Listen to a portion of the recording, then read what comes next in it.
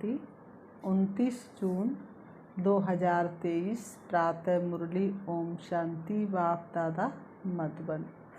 आज बाबा ने सुनाया, मीठे बच्चे ईश्वरी बचपन को भूल, ऊंचे ते ऊंचा बरसा गवा नहीं देना। फूल पास होंगे तो सूरवंशी घराने में राज्य मिलेगा।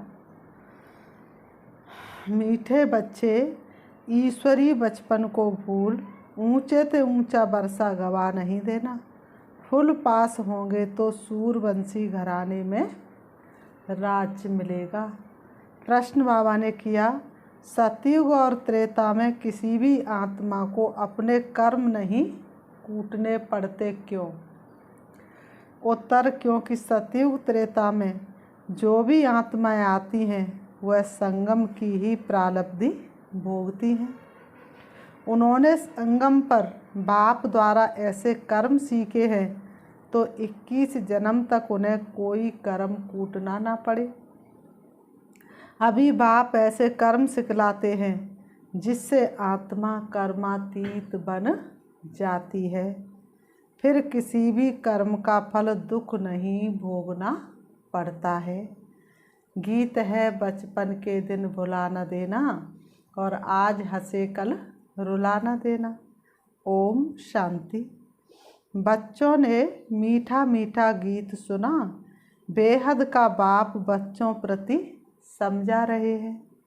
परमपिता परमात्मा उसको ही कहा जाता है जो श्री श्री यानी श्रेष्ठ ते श्रेष्ठ है। कहते भी है शिव भगवान वाच अथवा रुद्र भगवान वाच। रुद्र परमपिता परमात्मा को ही कहा जाता है। बाबा ने कहा रुद्र परमपिता परमात्मा को ही कहा जाता। तो परमपिता परमात्मा इस शरीर द्वारा अपने बच्चों को समझा रहे हैं। ऐसे और कोई मनुष्य, साधु संत आदि नहीं कहेंगे कि तुम आत्मा हो। तुम्हारा परमपिता इस मुख कमल से बोल रहा है। कहते हैं गौमुख। अब पानी की तो कोई बात नहीं। बाबा ने कहा कहते हैं गौमुख। बाबा कहते अब पानी की तो कोई बात नहीं। बाप है ज्ञान का सागर। श्री श्री 108 रुद्रमाला व शिवमाला है ना, तो पहले पहले ये पक्का निश्चय करो कि बाबा हम आत्माओं को पढ़ाते हैं। आत्मा ही संस्कार ले जाती है, आत्मा ही पढ़ती है आर्गन्स द्वारा। आत्मा खुद कहती है मैं एक शरीर छोड़ दूसरा लेती हूँ। भिन्न भिन्न नाम रूप देश काल। सतयुग में पुनर्जन्म लेता हूँ तो नाम रूप बदल जाता है। ये आत्मा बोलती है। सतयुग में हूँ तो पुनर्जन्म भी सतयुग में होता है। अथवा बाप समझाते हैं तुम स्वर्ग में हो तो पुनर्जन्म वहाँ लेते हो, फिर नाम रूप बदलता जाता है। फर्स्ट जन्म हुआ सतयुग का, फिर दूसरा जन्म हुआ तो नाम रूप सब बदल गया। एक ही नाम रूप तो चल न सके। बाप निराकार से बाबा इस रथ में आकर समझा रहे हैं, बच्चे अब तुम हमारे बच्चे बने हो। तुमको बहुत खुशी चढ़ी हुई है। हम बेहद के बाप से वर्षा ले रहे हैं। इस ब्रह्मा द्वारा आत्मा कहती है मैं इस शरीर द्वारा बैरिस्टरी अथवा डॉक्टरी का पाठ बजाती हूँ। आत्मा कहती है मैं इस शरीर के द्वारा डॉक्टर बनती हूँ या बैरिस्टर बनती हूँ। आत्मा शरीर के अंदर है तब तक डॉक्टर और बैरिस्टर का टाइटल दे सकते हैं, और आत्मा निकली तो कोई टाइटल नहीं। तो बाबा कहते हैं हम आत्मा शरीरी थी, फिर गर्भ में आकर शरीर धारण किया है।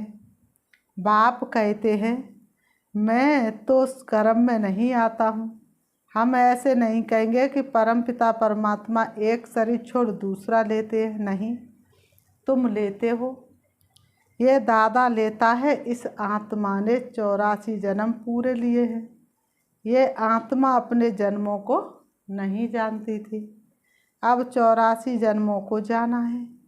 आत्मा ही कहती है मैंने सूर्यवंशी घराने में जन्म लिया है, फिर पुनर्जन्म लेते आए, फिर चंद्रवंशी घराने में जन्म लिया, फिर पुनर्जन्म लेते लेते सतयुग त्रेता द्वापर कलयुग में आए। आत्मा कहती है द्वापर में हमने बाप को बहुत याद किया। द्वापर युग में जैसे ही आत्मा की कलाएं कम हुई तो आत्मा ने बाप को याद करना शुरू किया।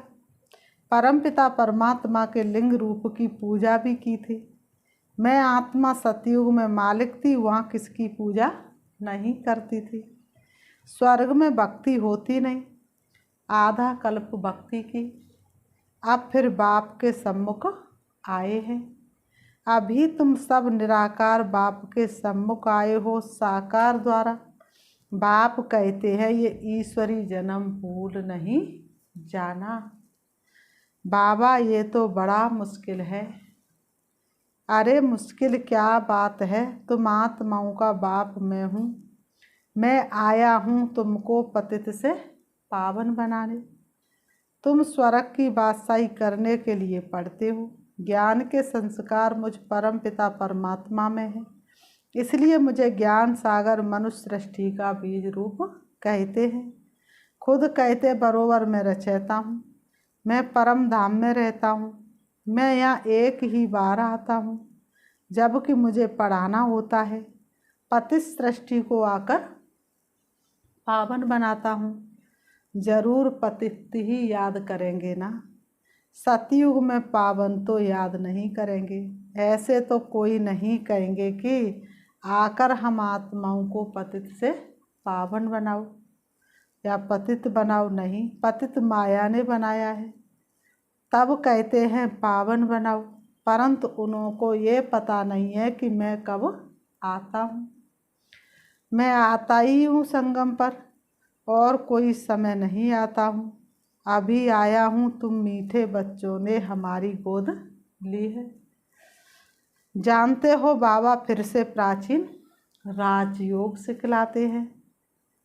बाबा ने कहा जिससे भारत पावन बनता है, ये है निराकार ईश्वर की पाठशाला। निराकार बाबा कहते हैं मैं इस तन में आता हूँ। ये ब्रह्मा तुम्हारी कौन ठहरी? बाबा कहते बड़ी मम्मी है ना। वह मम्मा सरस्वती जगत अम्बा है, ब्रह्मा की बेटी। बड़ी मम्मा पालना तो नहीं कर सकती, इसलिए वह जगदम्बा मुकर्रर रखी है। इसके ब्रह्मा के शरीर को जगत अम्बा नहीं कहेंगे। ये माता पिता है, ये ब्रह्मा माता भी है। वर्षा माता से नहीं मिल सकता, वर्षा फिर भी बाप से मिलेगा। इस ब्रह्मा माता के तुम मुखवंशावली हो। बाप कहते हैं बच्चे मेरा बनकर तुम स्वर्ग की बादशाही लेने के लिए पुरुषार्थ करते करते फिर कहाँ माया की युद्ध में हार नहीं जाना, भाग नहीं जाना। ये ईश्वरी बचपन भुलाना नहीं।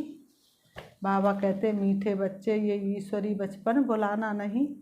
अगर भुलाया तो रोना पड़ेगा। बाबा कहते अगर ईश्वरी बचपन भुलाया तो तुमको रोना पड़ेगा। तो बीके सरस्वती जिसको जगत अम्बा कहते, वह पालना करने निमित्त बनी हुई है। यह ब्रह्मा पालना कैसे कर सके? कलश पहले पहले इनको मिलता है। पहले इनके कान सुनते हैं, फिर जगदम्बा है संभालने के लिए। पहले ब्रह्मा के कान सुनते, फिर जगदम्बा माँ है संभालने के लिए। अब बाप कहते हैं मैं संगम युग पर आया हूँ तुमको वापिस ले जाने के लिए। चलो आत्माओं अब घर है जाना, देखो बुलाए पिता वो सुहाना। जैसे धर्मायु मास जिसको पुरुषोत्तम मास कहते हैं ना, वैसे ये भी पुरुषोत्तम युग है जहाँ उत्तम से उत्तम पुरुष बनना होता है।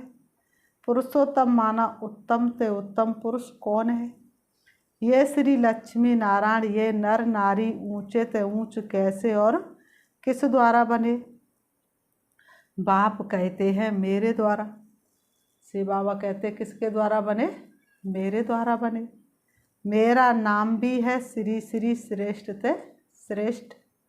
ऐसा श्री नारायण जैसा मनुष्य मैं बनाता हूँ और कोई बना नहीं सकता। इसलिए कहते राधा तू बड़भागिनी।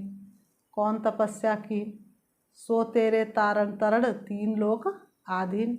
राधा ने ऐसी कौन सी तपस्या की जो तीनों लोकों में उनका गायन है। पतितों को पावन बनाता हूँ, जिससे फिर ऐसे लक्ष्मी नारायण पुरुषोत्तम और पुरुषोत्तमनी बनते हैं। बाप कहते बच्चे दे सहित दे के जो भी संबंध है सबको भूलते जाओ, मुझे एक के साथ योग लगाओ।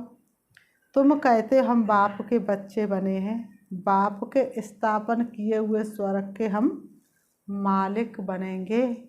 बाप कहते हैं माँ बेकम याद करो। ये है आत्मा की अथवा बुद्धि की यात्रा। धारणा सब आत्मा को करनी है। शरीर तो जड़ है, आत्मा की प्रवेशता से ये चेतन बनता है। चेतन उपवन में खिलते हैं। तो बाप समझाते लाडले बच्चे ये याद की मंजिल बड़ी लंबी है। तीर्थों पर तो मनुष्य चक्र लगाकर लौट आते हैं, तीर्थों पर तो कभी बेकार में नहीं जाते हैं। क्रोध लोभ आदि हो जाए परंतु पवित्र जरूर रहेंगे। फिर घर में लौट आते हैं तो अपवित्र बन पड़ते हैं। इस समय सबकी आत्मा भी झूठी तो शरीर भी झूठे हैं। लक्ष्मी नारायण की राजधानी से लेकर जो भी आत्माएं आती गई हैं इस समय सब पतित हैं। सतयुग में बेहद का सुख शांति पवित्रता रहती है। कलयुग में तीनों नहीं है, पवित्रता नहीं है तो सुख शांति भी नहीं है। घर घर में दुख अशांति है। कोई कोई घर में तो इतनी अशांति होती है जैसे नरक। बाबा ने कहा सुबह से शाम तक अशांति होने के कारण घर भी कैसा हो जाता है? नरक। आपस में बहुत लड़ते झगड़ते रहते हैं। तो बाप कहते ये बचपन भुलाना नहीं, अगर भूले तो ऊंच वर्षा गवा देंगे। भुला दिया फारकती दे दी तो अधम गति को पाएंगे। अगर श्रीमत पर चलेंगे तो श्रेष्ठ श्री लक्ष्मी नारायण बनेंगे। फिर त्रेता में 2 कला कम हो गई, इसलिए उनको क्षत्रियपन की निशानी क्या दे दिया है? धनुष बाण दे दी है। वाकई में त्रेता युग में भी कोई हिंसा होती नहीं, लेकिन 2 कला कम हो गई। अब कैसे क्या दिखाएं? तो इसलिए क्षत्रिय की निशानी धनुष बाण। ऐसे नहीं वहाँ कोई राम रावण की लड़ाई लगी। जो माया पर जीत पहनते हुए देवता वर्ण में जाते हैं। पूरे मार्क्स हैं 100। सूर्यवंशी नंबर 1 जो गद्दी पर बैठेंगे। थोड़े कम मार्क्स होंगे तो सेकंड नंबर 33% मार्क्स के नीचे आ जाते हैं तो राज्य पीछे मिलता है। सूर्यवंशी का पूरा हो फिर चंद्रवंशी का चलता है। सूर्यवंशी फिर चंद्रवंशी बन जाते हैं। सूर्यवंशी राजधानी पास्ट हो गई। ड्रामा को भी समझना है। बाबा ने कहा ड्रामा को भी एक्यूरेट समझना है। सतयुग के बाद त्रेता सतो प्रधान से सतो हो जाते। खाद पड़ती जाती है। पहले गोल्डन फिर सिल्वर कॉपर। अब तुम्हारी आत्मा में खाद पड़ी हुई है। आत्मा की ज्योति उजाई हुई है। पत्थर बुद्धि बन पड़े हैं। बाप फिर पारस बुद्धि बनाते हैं। कहते हैं आत्माएं चलते फिरते कोई भी कार्य करते बाप को याद करो। 8 घंटा तो पांडव गवर्नमेंट को मदद करो। बाबा कहते 8 घंटा तो क्या करो? पांडव गवर्नमेंट को मदद करो। अभी तुम आसुरी कुल से ईश्वरी कुल में आए हो फिर अगर आसुरी कुल में गए अथवा उनको याद किया तो विक्रम विनाश नहीं होंगे। मेहनत सारी इनमें है, नहीं तो अंत में बहुत रोना पछताना पड़ेगा। पापों का बोझा रह जाता है तो फिर तुम्हारे लिए ट्रिब्यूनल बैठती है। साक्षात्कार कराते तुमने फलाने जन्म में ये किया। काशी कलवट में भी साक्षात्कार करा के सजा देते हैं।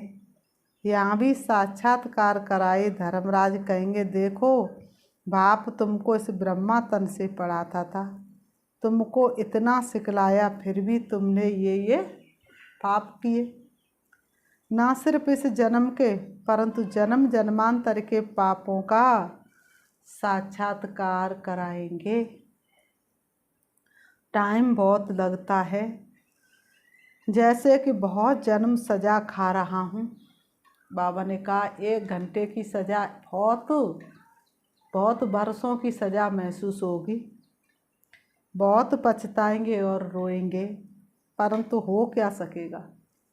उस समय धर्मराजपुरी में क्या पुरुषार्थ कर सकेंगे। इसलिए पहले से ही बता देता हूँ, नाम बदनाम किया तो बहुत सजा खानी पड़ेगी। इसलिए बच्चे मुझे अपने सदगुरु के निंदक मत बनना, नहीं तो सजाएं भी खाएंगे और पद भी कम हो जाएगा। तुम्हारा सत्य बाबा सत्य टीचर सतगुरु एक ही है।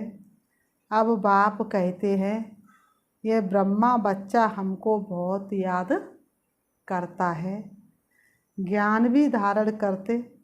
ये और मम्मा नंबर 1 पास हो फिर लक्ष्मी नारायण बनते हैं, इनकी डिनास्टी बनती है।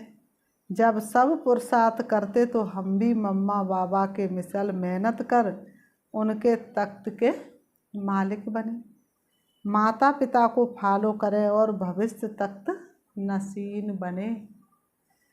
ये रचयिता रचना की नॉलेज कोई जान नहीं सकते, वह तो बेअंत कह देते हम नहीं जानते हैं।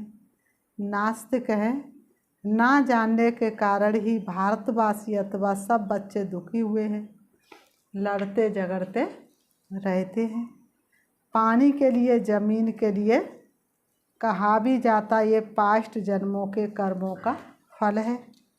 अभी बाप से तुम ऐसे कर्म सीखते हो जो तुमको 21 जन्म कभी कर्म कूटना नहीं पड़ेगा, एकदम कर्मातीत अवस्था में पहुंचा देते हैं। भगवान वाच, हे बच्चे मुझ बाप के अथवा मुझ साजन के बनकर फिर कभी फारकती मत देना। फारकती देने का कभी संकल्प भी नहीं आना चाहिए। वहाँ कभी स्त्री पति को डाइवोर्स देने का संकल्प भी नहीं करेगी। कहाँ पर? सतयुग त्रेता में। बच्चा कभी बाप को फारकती नहीं देगा।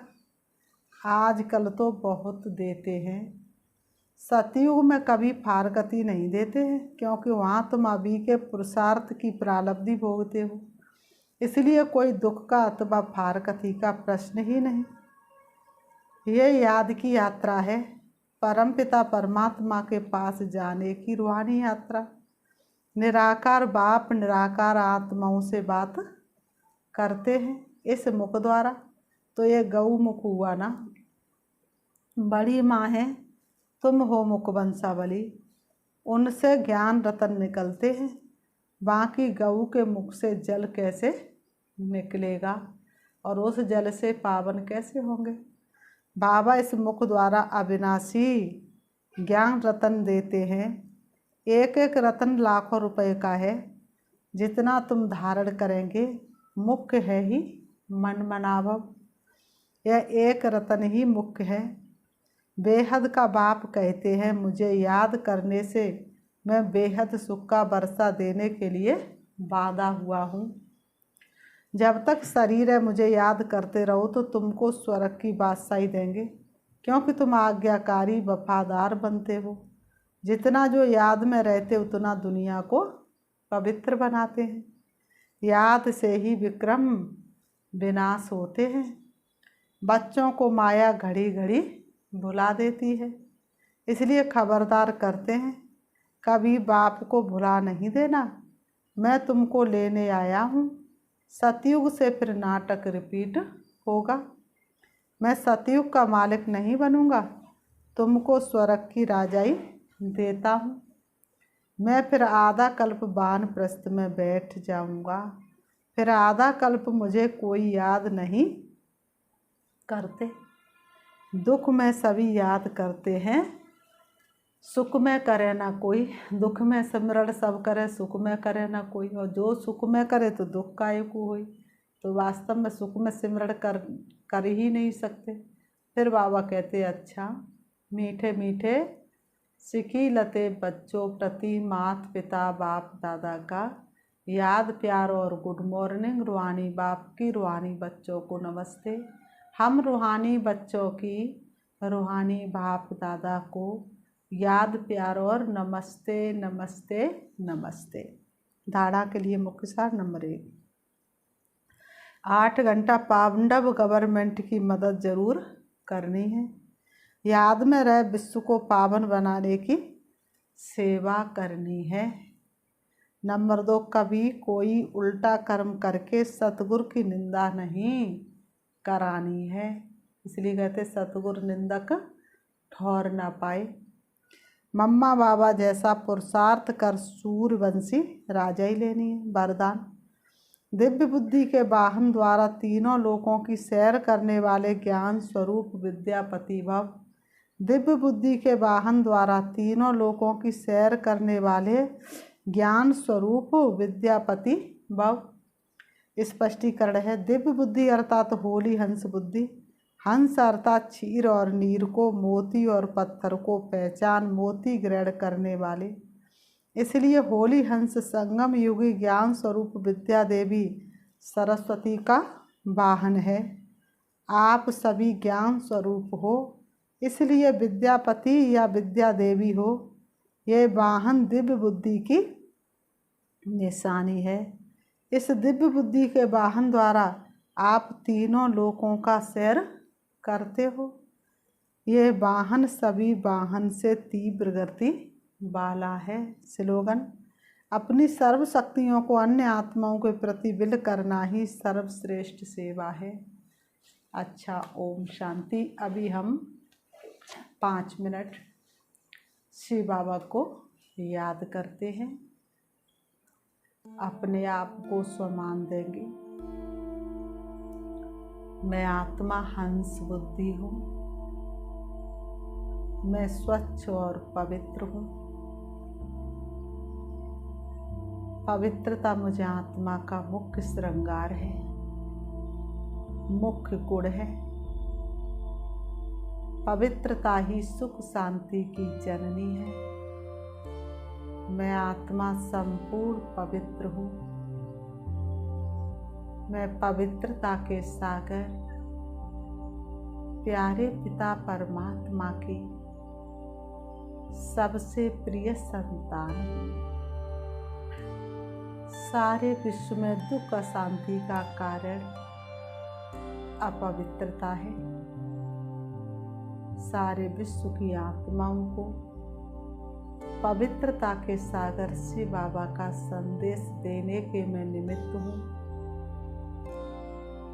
अब मुझे अनुभव हो रहा है, सारे विश्व की आत्माएं मेरे सन्मुख हैं। पवित्रता के सागर शिव बाबा से, परम धाम से शक्तिशाली किरणें निकल के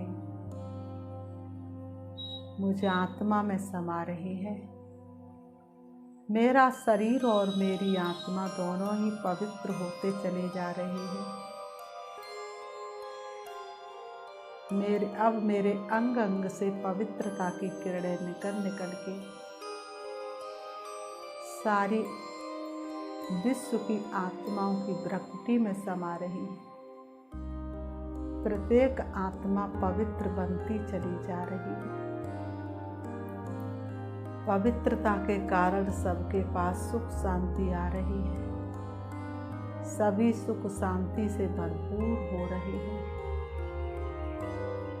जो एक अंजलि के प्यासे थे वह परमात्म शक्तियों से भरपूर होते चले जा रहे हैं। दुख अशांति से दूर हो रहे हैं। सब अपने को संपूर्ण सुख शांति से भरपूर कर रहे हैं। सभी बाबा कह रहे हैं, मेरा बाबा कह करके बाबा की याद में समा रहे हैं। सभी धनी के बनते जा रहे हैं। दुख अशांति से मुक्त होते जा रहे हैं। सभी अनुभव कर रहे हैं, यही मेरे इष्ट देव हैं जिन्होंने मेरी सुन ली है। सब शक्तिशाली बन रहे हैं। मैं आत्मा संपूर्ण पवित्रता का अनुभव कर रही हूँ।